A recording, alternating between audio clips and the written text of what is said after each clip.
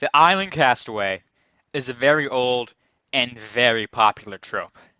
You can find it almost everywhere. Tom Hanks's Castaway, Gilligan's Island, Minecraft, Swiss Family Robinson, The Martian, not to mention the seemingly infinite number of jokes or would-you-rathers relating to being trapped on a desert island. Yet all of these have their origin in one single novel, written in a few months by an 18th century Englishman, Robinson Crusoe by Daniel Defoe.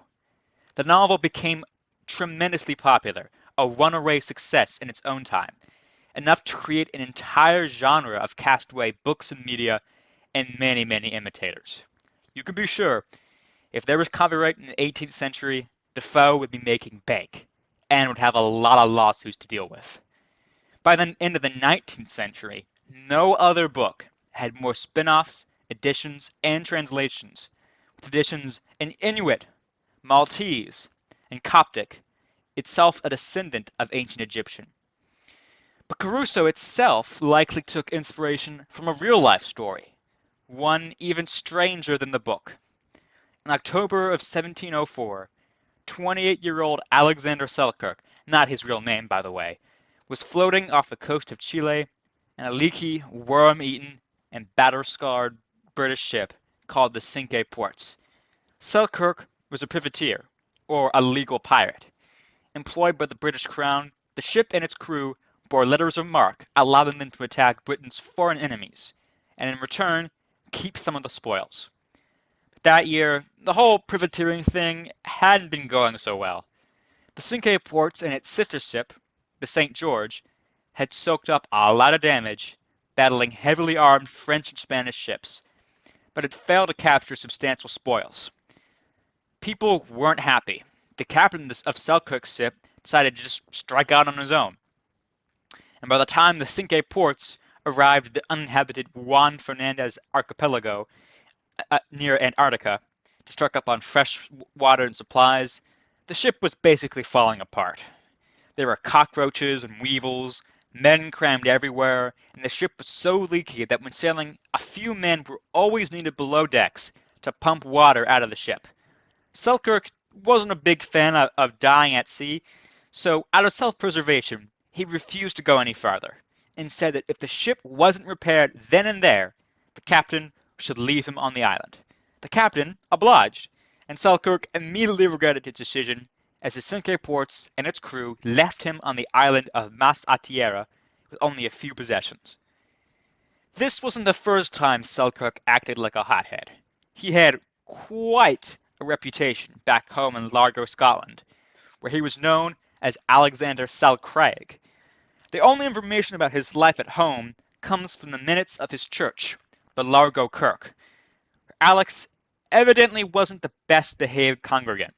When he was 17, he was summoned by the church elders for, quote, undecent carriage in ye church, end quote. 2 days later, he evidently ran away to sea, but the elders weren't really sure, saying the young youth did not compare being gone away to ye sea. This business is continued till his return. And boy, return he did. In 1701, 8 years later, where he wound up against the church elders again for apparently causing a full-scale brawl. From what can be deciphered from the records, Alex got mad when his kid brother Andrew laughed at him for accidentally drinking salt water out of a can, so Alex knocked him with a wooden staff. One thing led to another, and Alex apparently assaulted his father, another brother, and that brother's wife. Of course, he claimed that others assaulted him as well. After all this, the elders were pretty fed up with Alex, and apparently Alex was fed up with Largo because he left soon after to join a privateering crew and changed his name to Selkirk. That, or somebody misunderstood him when he was writing down his name on a log. So Alex is alone on a small island with a few rations, tools, and a Bible. It shouldn't be too long until he's rescued, right? After all, if the Cinque stopped here to make repairs, surely another ship would come along and do the same in a few months, right? He was wrong by 4 years and 4 months. Most of what we know about Selkirk's survival on the island doesn't actually come from him. He didn't keep a diary, and he may have even been illiterate. What we know comes instead from accounts by the people who rescued him and from an interview with Selkirk by Richard Steele for a popular magazine at the time.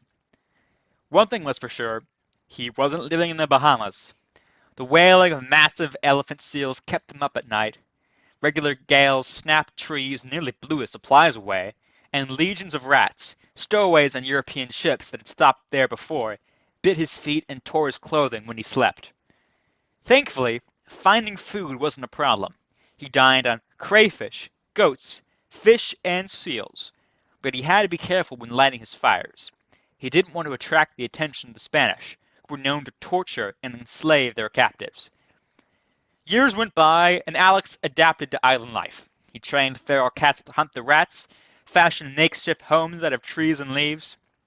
And then, on February 2nd, 1709, rescue finally arrived with the ship the Duke, captained by the strangely named Woodes Rogers.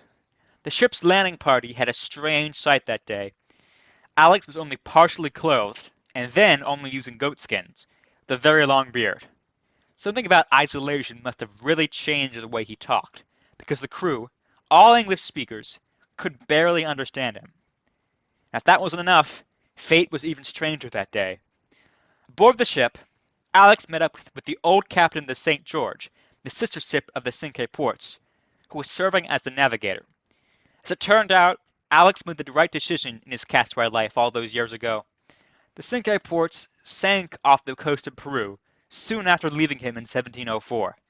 The few survivors drifted on makeshift rafts and were captured and imprisoned by the Spanish when they reached the mainland. Meanwhile, Alex was having the time of his life right now. He helped the crew of the Duke stock up on rations by killing quite a few goats and was delighted to have human company again. He joined the ship's crew and was made second mate by Captain Rogers, who interviewed him frequently for his best-selling book about Alex, A Voyage to the South Sea and Around the World, published in 1712. A very long title, I know, but they liked to do that back then.